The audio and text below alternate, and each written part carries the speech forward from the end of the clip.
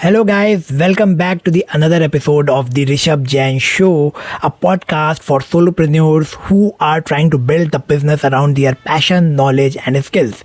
And today we have a very interesting guest in our show. We have Mr. Neil Tawa, who is an entrepreneur, investor, speaker, author of book Almost Automated Income with FBA, who is forwarded by one of the shark, Kevin Harrington. He is also a podcast host.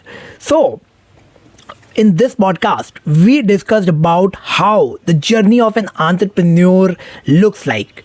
We also discussed the idea of purpose over profit, how the marketing evolved back from 2008-9 to 2024, and what are the fundamentals that haven't changed yet. We also talked about the book recommendations, tools and productivity tips. So here is the whole conversation for you. Listen and enjoy. Hey Neil, how are you doing, brother? Hey, I'm doing great. Thank you for having me here. I appreciate it. First of all, I want to thank you for being here in this podcast. It means a lot. And I'm actually looking forward for the valuable conversation that we are going to hear. And I'm really sure the audience is going to get a lot of value from this episode. Well, I sure hope so. Well, that's my plan anyways. We'll get through it and hopefully somebody will find some value in everything we talk about today. Yes. Okay. So the first thing that I want to ask you is, it's going to be about your story. Like, you are into entrepreneurship from past 17 years, and I think it's a long duration. So how this entire journey of being an entrepreneur looks like? Yeah. Well, I mean, it's a long answer. I'll try to shorten it down to somebody who very much doesn't take no for an answer. Okay. I learned long ago that no is actually spelled K-N-O-W. And if you understand what somebody needs, wants, and might, grab that know, like, and trust experience with you, then you have to not take no for an answer. You have to say K-N-O-W. It means you didn't have the right offer that just, locked in and is what they needed. You weren't speaking their language correctly. So you weren't really speaking to the questions in their mind. And the value you were providing didn't equate to the cost or the justification for that person to involve themselves with you. So the end result basically gets down to understanding the entrepreneurial journey is the sale of a business. It's the sale of a service. It's yourself and hopefully your business later on as you grow through moving through that. And so I learned a long time ago to just not take no for an answer. And just learn ways to develop relationships. What I call getting there as who you know, and keep staying there as what you know. And so if you can follow that who you know, what you know process, then you continue to work through what it ultimately will evolve into for you. If you're trying to make it, I think the objective of this call today is to get someone to realize that they can also do this, the world of business. Whether they do real estate or e-com, or they flip products, or they drop ship, or they, go sell cars and be the top salesperson for cars. The end result is there's something that each person should learn how to do in business and find out what it is that they're very good at, and simply just don't take no for an answer when they do it. If you can learn to do that, you will develop in time a flexibility, an agility to move through different kinds of business until you land on the one that makes the most sense for you long term. If you're willing to be flexible with that, if you're willing to pivot, then the opportunities will kind of increase and the window will open to determine, hey, this is what I'm most interested in. It's what I'm good at. It's what people, see value in what I provide and say and do, and services that my company or myself will offer. And then that continues to expand outwards in the other direction. Now you're into business and development and you're growing those channels of revenue, and then you're turning into maybe an investor and you're owning and buying other companies, and you kind of evolve backwards. But I would say the pendulum usually swings down first. And in my life, troubles in finding the wrong way through business swung down the wrong direction, and I was kind of going down the wrong path. And if it looks worse, you probably shouldn't keep going, because usually it's not great what you're headed for, because we're always headed for something. And if you're, focused on that next thing, you might discover you're not in the right place. Well, I found that in my life many times where I ended up in dark alleys wondering how I got there. The long story short of it is, as I worked through that and turned around and pivoted and kept going, I eventually discovered e-commerce as an opportunity, really through marketing online and mobile marketing. And then I realized I needed to own both the digital offer and the physical component of it, which became the product. And for me, it made complete sense in my path to come end up with private label physical products in which we own the product and deliver also the front end marketing, because that was a good combination hybrid of something that I understood I could execute on and become successful myself in and learn how to do. And by 2014, it hit my first 7-figure business using the Amazon FBA channel fulfilled by Amazon to actually get that brand in the marketplace and deliver those products to their customers. And from that point forward, once I kind of hit that level and run rate in business, it started to make sense how systems, operations, people, technology, and processes fit into that. And then really just got down to replicating it. Right? I mean, now we can replicate a brand. We know the product. We've got the systems and technology to determine product and profitability. For the market, we've got an entire pipeline of products we're pushing through in our own brands. And then we've supported clients and other people who wanted to learn how to do that with us in the e-com world. I mean, e-com is not for everybody at the end of the day. It has a specific kind of aptitude from an operator, what I call a CEO operator role. And if it's not e-com, then maybe it should be real estate. Maybe it should be flipping businesses. Maybe it should be flipping products. Maybe it should be some other mechanism for you.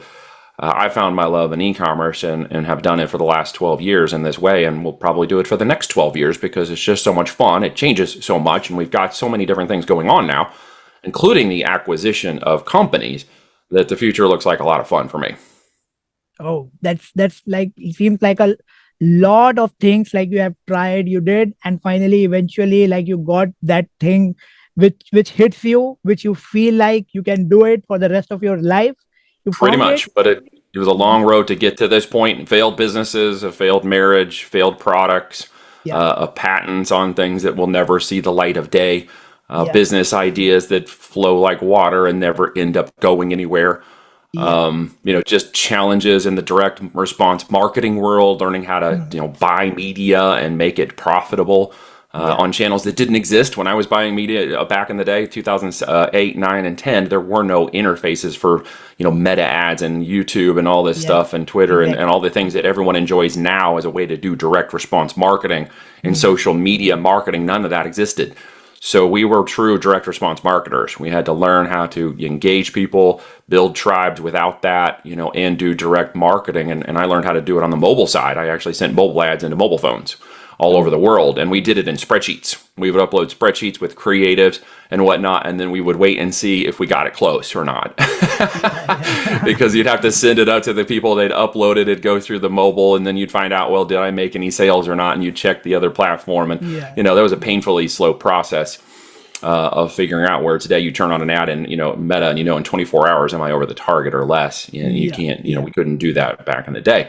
So we had to really learn how to get into the mind of the customer. And it's a thing a lot of people miss today. And it's something that I hope someone would hear me today. It doesn't matter what you sell. If you understand the mind of the customer, what they want, what questions they have in their head, and you can overcome those questions before they even know to ask them, that will build that know, like, and trust relationship. And it's simply just give them the offer, right?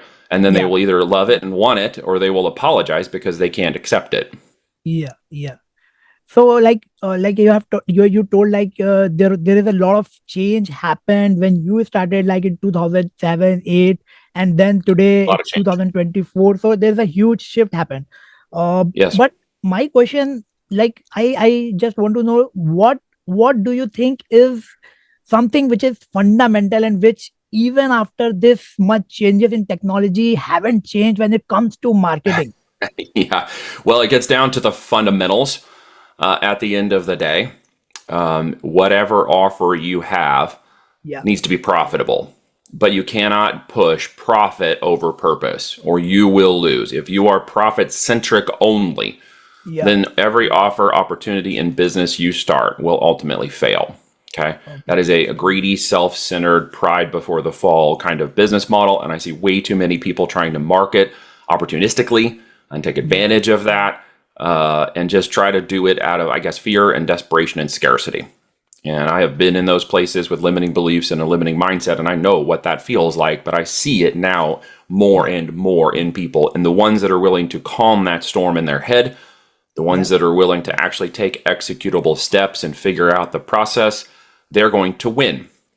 They're stepping over a very low bar when it comes to marketing today, because it is so easy to just put marketing out there in the world now from social media or paid advertising. No one's putting any thought into it, right? They just believe that the transactional aspect of pushing buttons is going to make them money. So then they'll spend a lot of money in their direct response marketing with no outcome, right? And they don't understand why no one wants to buy their products, why their ads won't convert. They get focused on the metrics, the platform, and the technologies, when in actuality, they've got a heart purpose problem that if they solved that first in the mind of the customer, the acquisitions would come.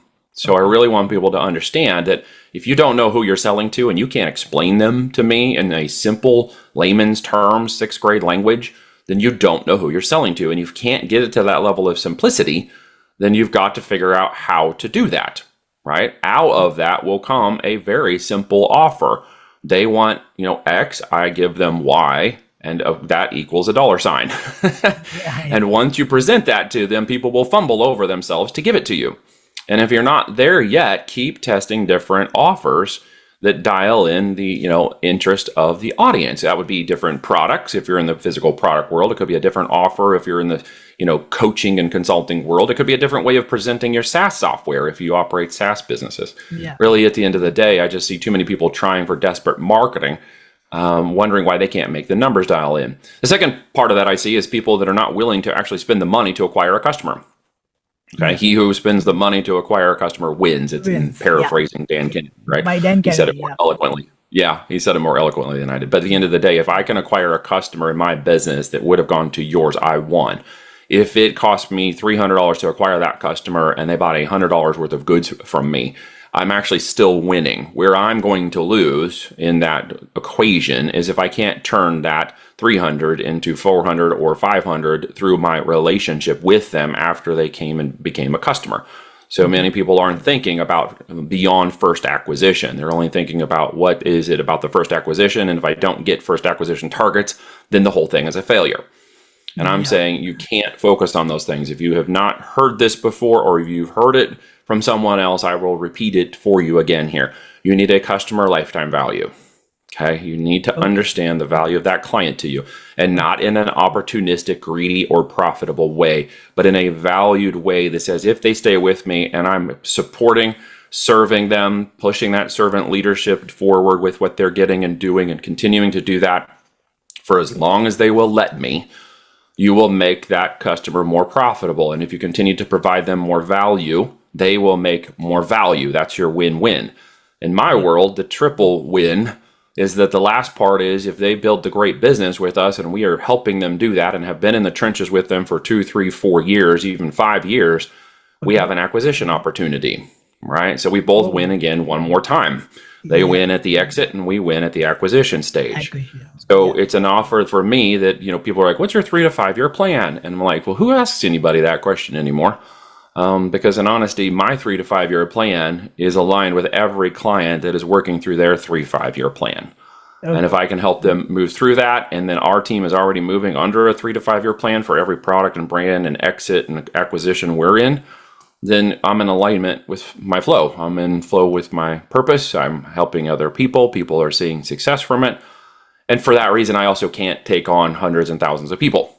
So what we do is not coursework and program work. It is one-on-one management consulting. We're an incubator. So we take brands, we take small amounts of people into that. We work them through the same process to incubate their products and services inside of our structure, inside of our framework, our green light framework, and then move them into a position of exitable state, which means we focus on every client for a long-term period.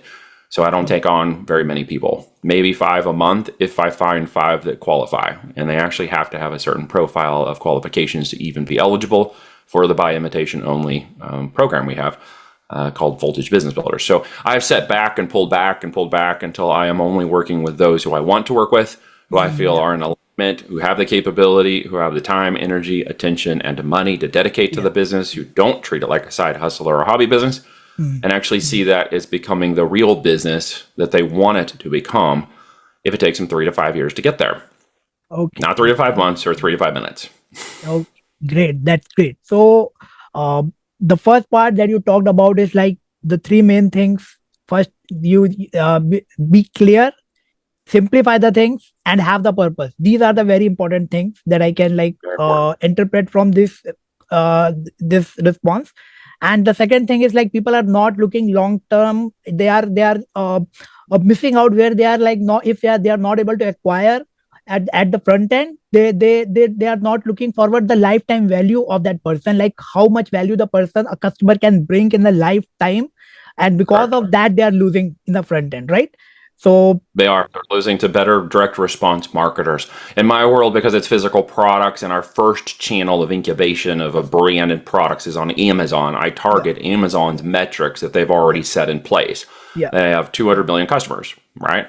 So from that perspective, I'm looking at how many of them could I acquire, and yeah. from their particular metrics, they state their 12-month value of a customer on Amazon Prime is $1,000.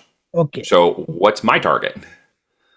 One customer who acquires within 1 year up to $1,000 of goods from Amazon for me. So what does that mean? I got to sell one product at $1,000 yeah, to one client, or I got to sell 10 at 100, and so on.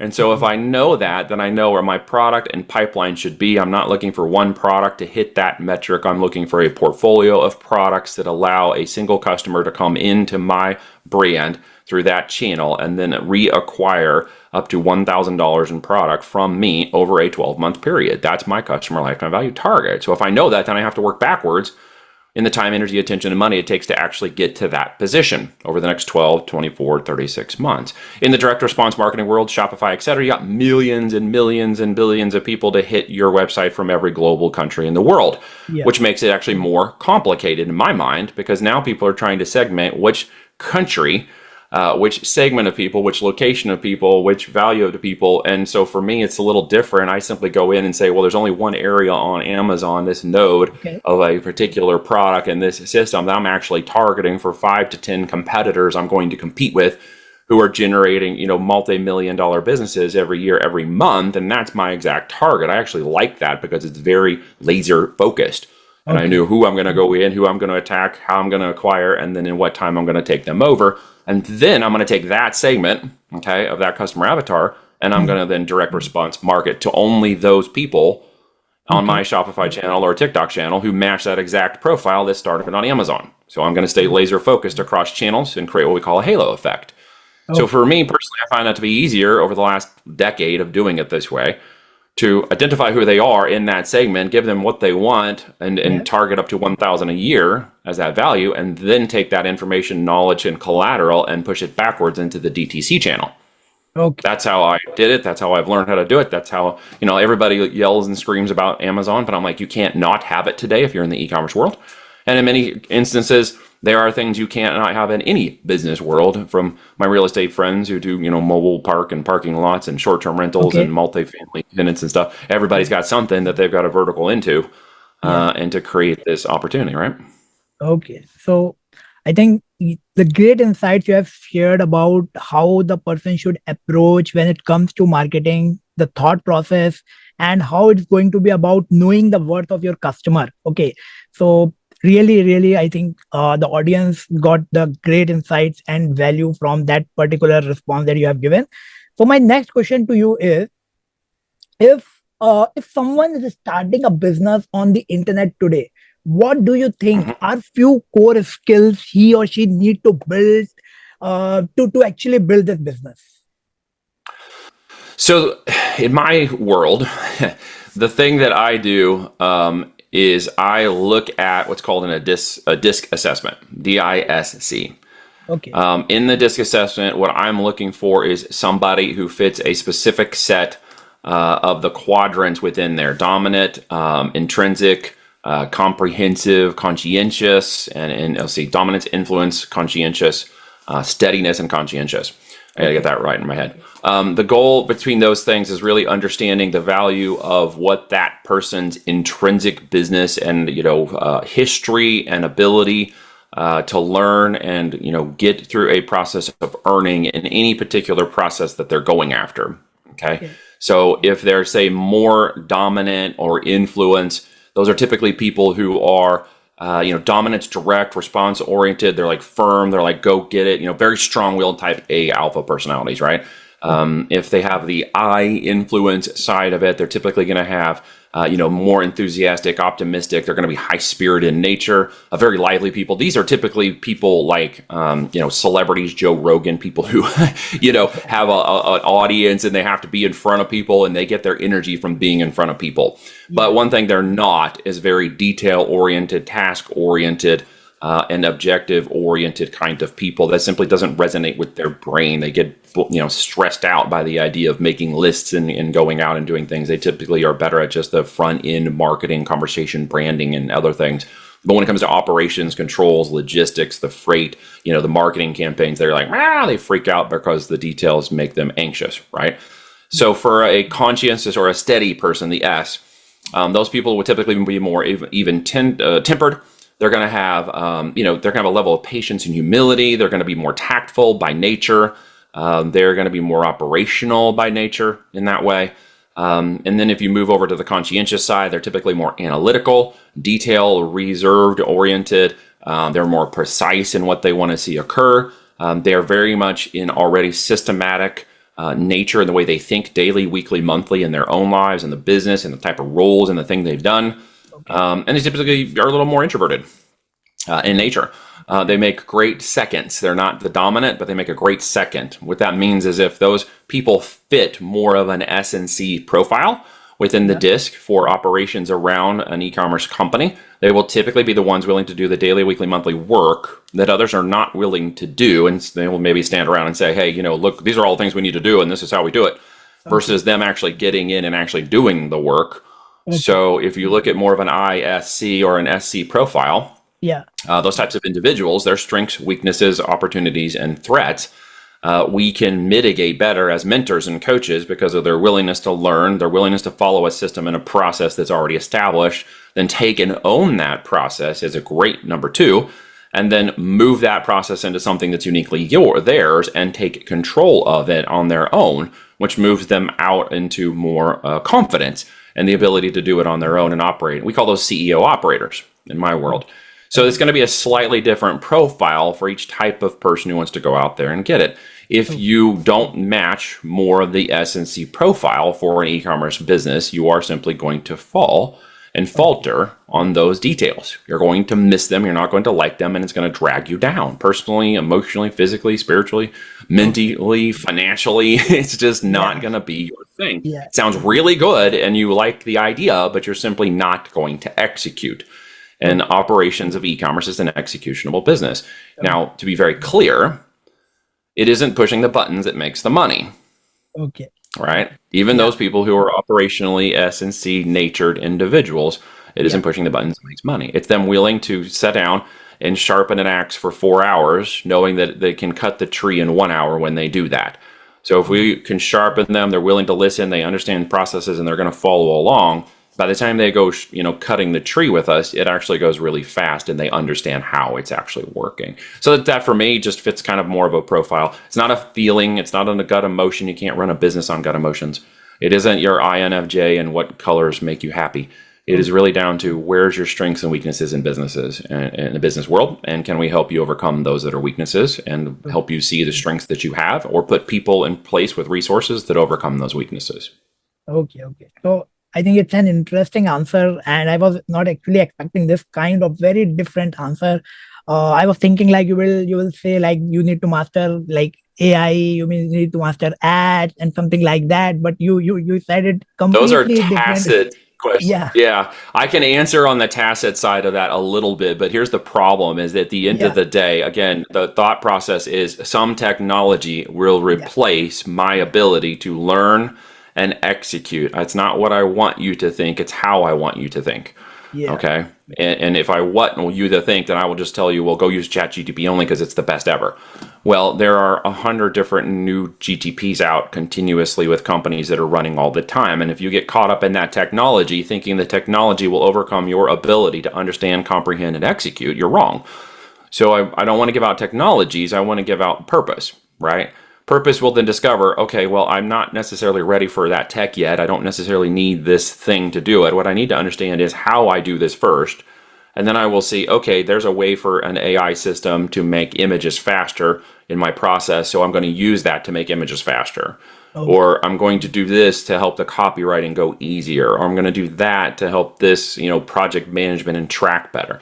If people just race to the technology, then the best consulting, mentoring, and knowledge in the world will be completely lost on them. Yeah. So it's really great insight. Like the main thing here is, first of all, understand yourself, self-awareness, your purpose, and how you are going to execute the things, and then take the support of the technology and go and execute the things.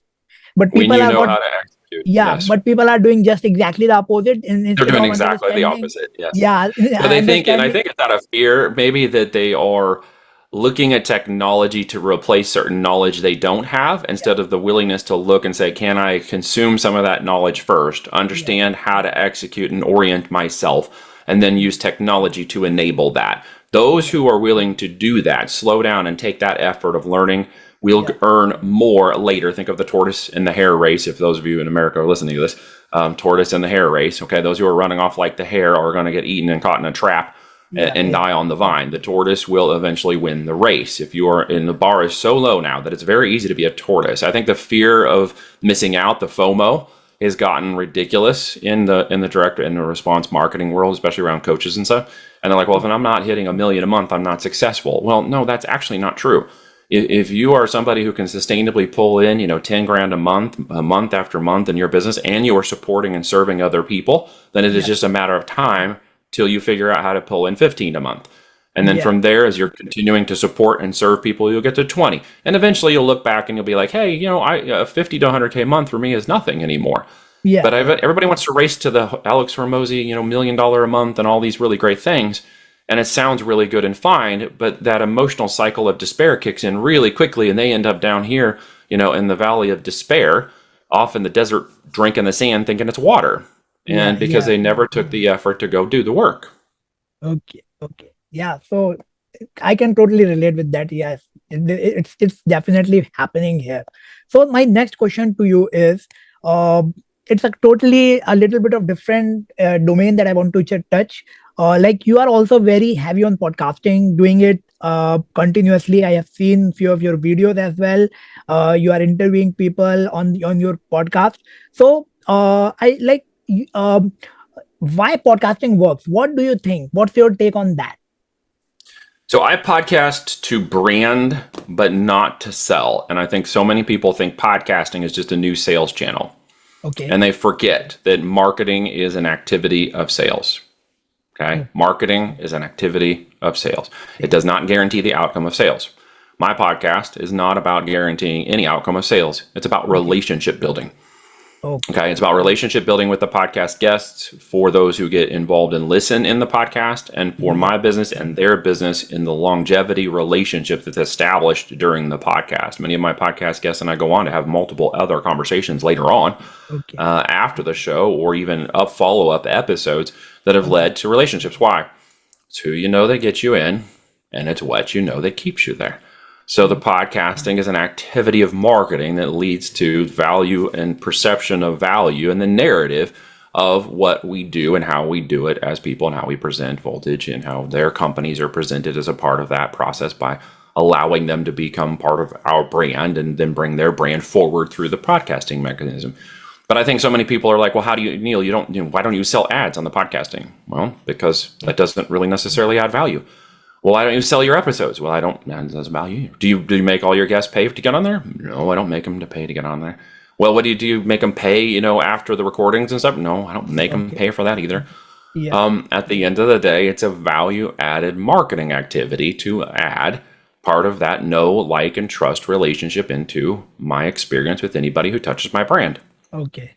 So podcasting in that way has become a great networking tool, expansion, narrative driven marketing activity that has led to sales, but it's not a Okay. guaranteed path of sales because of the way that we do the podcasting. It's what I call a know, like, and trust podcast, an NLT podcast. I don't know if anybody else has defined this yet or not, but it's how I do. 20, 25 minutes of know, like, and trust. There's no pitching. There's no heavy-handed, this is my stuff and this is what you need to buy. It is the guest, conversation, value, building a know, like, and trust relationship through that value, and then lead it as a marketing activity. Totally agree, because people buy from those who they know, who they like, who they trust. And like you have said, this is a great tool to achieve all these things, to get to Correct. people know, to like them, to trust. All these things can be achieved with podcasting. So definitely, Correct. it's one activity that can lead to sale. It's an activity, and we do It's it a as a marketing. long activity. I published my Yeah, first one in December 2021. So yeah, this is a long, concerted weekly effort that was never, just an activity every week, like taking a walk, doing your exercise, eating right. You just do it every week. It's a part of an every week activity. on Let the repetition. Yeah, activity be yeah, patient, give it time. Everybody wants to go, oh, I'll start podcasting and in 6 months I'll have 1 million subscribers. Well, if you manage to be the 1% who does that, yeah. congratulations. That's a bang up opportunity. Good for you. More than likely, it's going to take you years to build the audience, the tribe, the following, and global ratings until you actually start to hit a fever pitch somewhere down the line, where that continued growth eventually may hit a hyper growth spike. Pew, and it's like, hey, all of a sudden you went from 3,000-5,000 downloads a month to 10,000-15,000 downloads a month. Could be an episode, could be a time and market, could be just something you said, something a particular guest. It's just going to come in time, and wow, that's going to take off. It hasn't happened to me yet. I mean, we're doing good. We're in the global 5% of all podcasts, but to get to a larger audience and a much bigger deal, there's probably things I have to do differently. But at Yeah, this point, it's not stressful for me. I enjoy it. I really like the guests, and I get to yeah, vet everybody that comes on. yeah. So if it happens in time, it happens in time. Great. It's like a mindset shift the people need to follow, because the people are just looking forward to get the followers, to get the views, to get the listens. Correct. But if you are an entrepreneur, your focus should be more on building the relationships instead of just getting the views and listens. This is what I Purpose. think. Purpose. Yeah. Purpose over profit. Yes, definitely. Right. So Again, pure profit podcasting opportunities will crash and burn. Right. yeah, so You do not, you will be, it comes yep. back to the same fundamental again. Yeah. Same fundamental again of Yeah. marketing, response, business and development, and relationship development. If everyone thinks you're just trying to make a buck off of them, that is not attraction or marketing. That is just a sleazy sales, used car sales tactic. And I see that happening way too much with people. So if you're listening to this and you feel like that's you at all, I would encourage you to stop it today and think about a better way to approach your audience and conversation with patience and confidence, so that they will hear you and know you're telling the truth. Okay. Don't try to sell them, attract them. Okay. Great. So my next question to you is, if suppose you are starting from scratch today, so what are Yeah. those 4, 5, 6 maybe steps that you will Mhm. take to build a business, to actually start and then take it to some level? What are those steps that you will take? Well, I'm actually starting 2 businesses with my daughters right now. So I will tell you about what a 14 and 16-year-old are doing. And if you Okay. can understand what they're doing, then you can probably do it yourself. Yeah. My Sure. 16-year-old, who decided that as I got her involved in the e-commerce side of the business and was learning how to do the steps with me, and part of the process was copywriting listings on Amazon and understanding how to speak to the person, okay, and learned the copywriting and writing of that. So as I taught her the copywriting, and we played a little bit with GTP, and we played a little bit with her strengths and skills, and she found she was actually able to articulate better herself than using AI technology. Okay. And with that, she then discovered, well, she had she had more fun. She Okay. enjoyed it. She became more passionate about the writing side more than anything else. And so I'm like, great, just focus on the writing side. So as she went through the process of learning and discovering how to do that, which is again something I would encourage anybody who's new to this idea, you need to learn and discover first, and be willing to pivot and be okay with testing something and it not working. Okay. Okay, then she went through that process. She ended up spending a year writing a novel. Okay, she could have probably written 10 books and made more money starting out with smaller books and targeting keywords and doing something like that. But in essence, she went through the process of a year's training, literally, of writing a novel. I had her with a mentor. I had her get an editor, and we made sure that what she was writing was good. Okay. Because I don't want to instill values in someone, that something is not good for them. I'm not going to let my daughter, if she can't sing, I'm not going to put her up on stage in American Idol and make her shriek in front of the entire country. That's Yes, just a not good thing to do as a father. So in the definitely. same way, if she had no writing skills, I didn't want her publishing books and spending time doing that kind of thing if it was not her skill set. Turns out she's actually really good at it. And we published her first book in June of this year, 2024. It became is now a bestseller in one of the top categories of teen and Western fiction. She was number 8 the other day in the top category of teen and Western fiction. Great. So it's gaining traction. It's going to take years for her to develop a portfolio of books and writing and followers because she's going the novel route. Now she's learned that in that amount of time, as she has learned to now pivot and had some more coaching and time to dissect and understand, she's now writing smaller books because she knows that writing smaller books, shorter, certain stories are going to allow that engine, to be Okay. powered so that she can spend time focusing on the novels, which she ultimately likes to do. So right now, she's paused on writing volume 2, which is already sort of in the works, and is now writing a number of smaller kids' books and books about our farm and home life, building character and development in that space Okay. to generate faster sales, to create Okay. money that Yeah. allows her to do the novel. So she's pivoted a little in that realization as she went through that process, right? If Okay. you weren't willing to take the year to do that, you're not going to end up like her. Okay. Yes. Yes. So she's now in an idea that she is driven to become a publisher. She wants to publish books she owns. She wants to get other people's books and publish them. She wants to become a publisher. And that's where she's goal oriented. That's kind of where she's figured out. I know at 16, by the time she gets to 18, that will have pivoted and changed probably 10 more times. And guess what? It's completely okay because she's on a path of learning, pivoting, directing, and moving through those things and learning how to use the tools and technologies and resources to allow that to occur now that she's discovered how it's working. For somebody listening on this call, if you're going to go out and start writing books, there's a great opportunity to go and write Kindle books, unique books, not AI driven books. Okay. That's getting caught really fast. That was a little window of time that disappeared years ago. Now they're catching it with systems and stuff. You actually have to go out and write something of interest, right?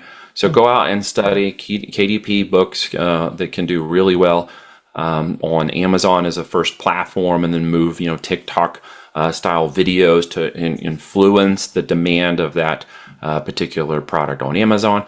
People are making 3, 5, 10,000 a month doing that. Okay, so that's a really great business model if you are into writing and you love copywriting and you think you might be able to produce some books. Okay. Don't maybe spend a year writing a novel if you're not a novelist. I don't, this is a training for a 16-year-old. If you're a little older than that, I would recommend you maybe start some shorter books and look for keywords that are in demand, look for products that you can sell and go after that. For my second daughter, just in the digital and marketing space, she has Okay. found she has an aptitude for working in CapCut, which I started her in, and she's actually starting to make digital shorts, videos about my book and videos about my daughter's book. And so she's actually starting to build a little media engine for marketing with the books and information that we're putting out. Yeah. I have her being trained now to learn a little bit more about the shorts creation and what drives a great, 15, 30-second short, so we can start pushing that out. She's actually getting much better at it. She's got a little bit more training to go. She's actually really enjoying it and loving it. Okay. And here's what, an irresistible offer that we're going to put out for her when she's ready is she's going to give someone 5 videos. Okay. Okay. 4 of them they're going to pay for. The 5th one will be free. But in the first month, they're going to get 5 videos for free. And when they agree they like the videos, the first 5 she gives out for free. In month 1, they agree to pay her $150 for month 2 in order for the videos to come out. So month 1, she's going to give out 5 videos. And month Okay. 2, she'll continue to produce 4 videos. And then she'll give a bonus 5th video every month for those who sign up after. So if they like the work month 1, she'll know they'll sign up for month 2. And she will continue to repeat that process. I will help her with the marketing and customer acquisition. I've got a lot of clients that need videos and direct response short videos. If she gets good at it, I can introduce her to a number of clients to help her start that process. Okay. And then she can learn how to go and acquire customers later on as she produces the work, and she can build herself up a little media empire when she can then back out of the video creation and actually start subcontracting video creators for her little business. So that is something that anybody could do. The point of that offer isn't necessarily the quality of the work. Of course, we're going to make the work quality. But Yeah. first, you have to, understand that sales fixes everything. Okay. So she is going to learn how to sell first. Okay. So And I you need to think, learn how to sell first too. yeah, Creating an irresistible offer that's hard to say no. Who would say no to 5 free videos yeah, created for you in month one, right? You'd be stupid to say no to that offer. definitely it's an irresistible offer. So it's Yep. all about, like, first of all, understanding yourself and what really drives you, what really you want to do, you are good at, and then going in that direction, working on that, building something around it. That's the main thing, first thing that the anyone who is And starting a business should do.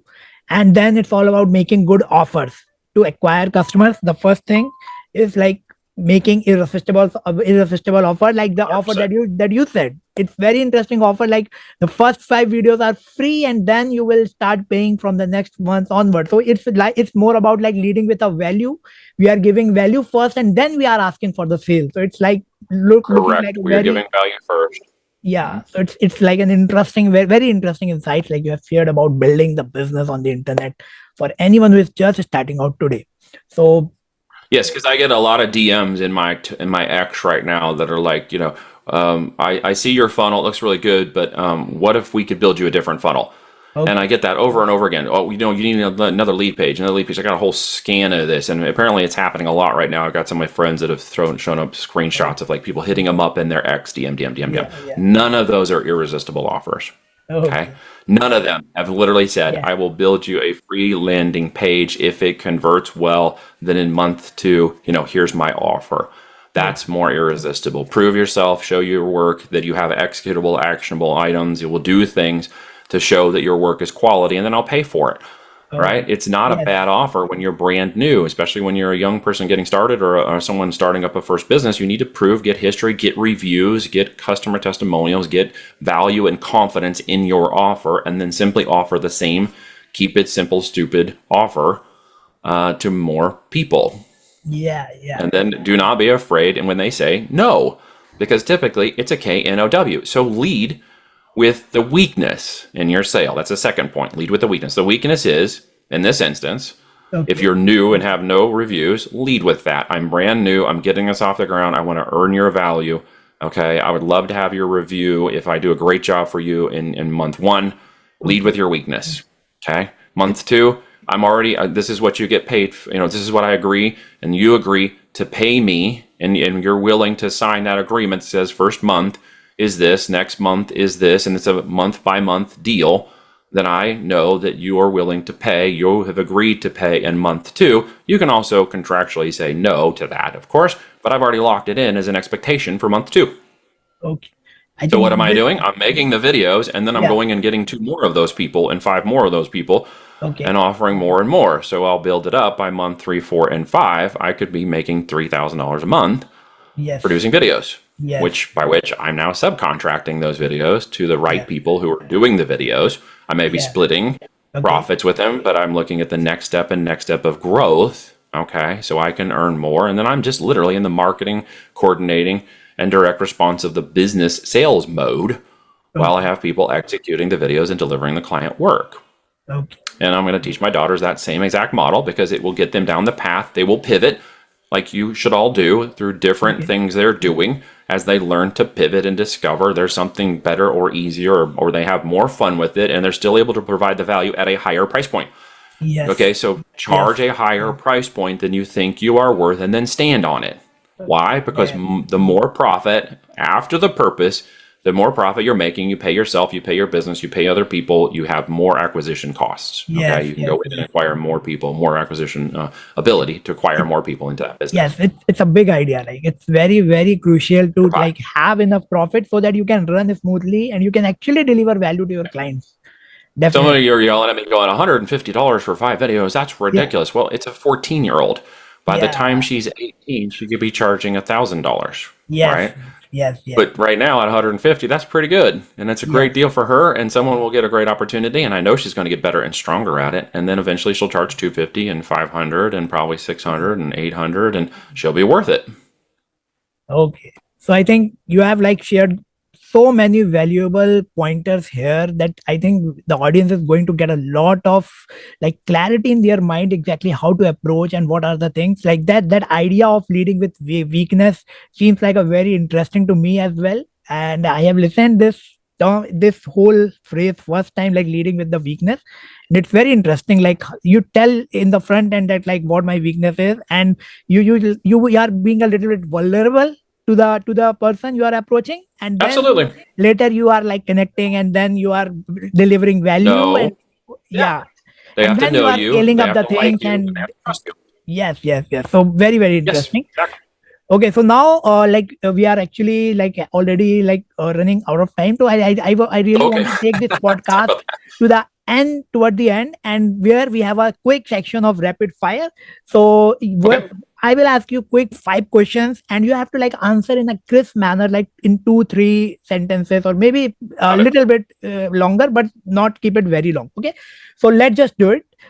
So my first question to you is your top 3 tools for coaches and digital entrepreneurs, the tools that you use or the people should be get benefited by. In simple terms, we use WhatsApp for our direct communication. It's just been a Okay. great place to organize. Yep. Okay. We use First one. Trello management or project client management. Okay. Okay. Great. Great. 3 tools. The second question is one book you will recommend to all the audience and why?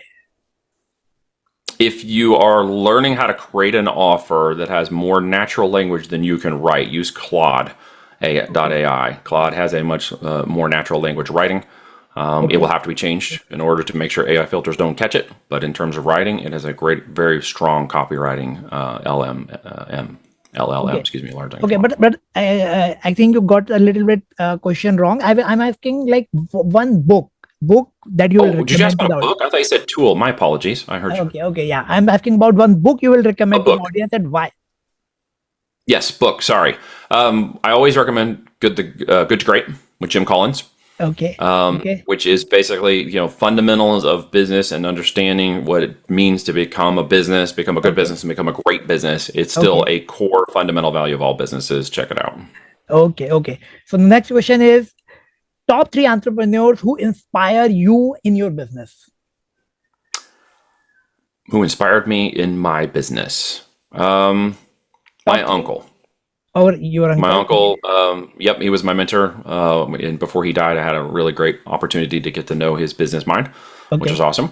Okay. I've had great mentorship and conversation and leveling up conversations with Kevin Harrington, Okay. who was also wrote the forward of my book. And he's just because he sold over $6 billion in physical Yes. Yes. products, He's a great very insights. known, very well And I known. would say, my business partner, Okay. Reed, for the last 12 years, I've known him personally and professionally. His Okay. brain operates very different than mine. And so Okay. he's just a wealth of technical, financial, and management experience. And always surprised at this point. I still learn great things from him just listening.